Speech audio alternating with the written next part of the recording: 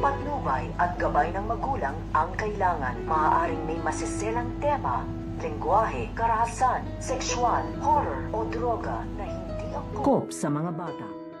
Ang masamang binabalak nito nga ni Tara dito nga kay Darius, dahil makikita nga nito nga ni Tara ito nga si Darius na nasa parking lot nga ito, at habang kausap nga nito nga ni Darius ang kanyang asawa niya ito na ito nga si Lucy, at naghahabilin nga ito na pauwi na nga daw siya, at nagluto nga dito ng masarap na pagkain ito nga si Lucy, pero hindi na nga makakauwi ito nga si Darius dahil babalakin na nga nitong kuhanin nito nga ni Tara ito nga si Darius. At laking gulat nga nito nga ni Darius nung makita nga dito ito nga si Tara ay nasa kanyang harapan na nga ito, dahil tumakas nga ito at hindi na nga ito naidala dito nga daw sa mental hospital. Kaya nung nakikipagtalo nga ito nga si Darius dito nga kay Tara, ay dito na nga itutusok nito nga ni Tara ito nga injection na kanyang kinuha dito nga sa mga caregiver upang makatulog nga dito o mawalan nga ng malay ito nga si Darius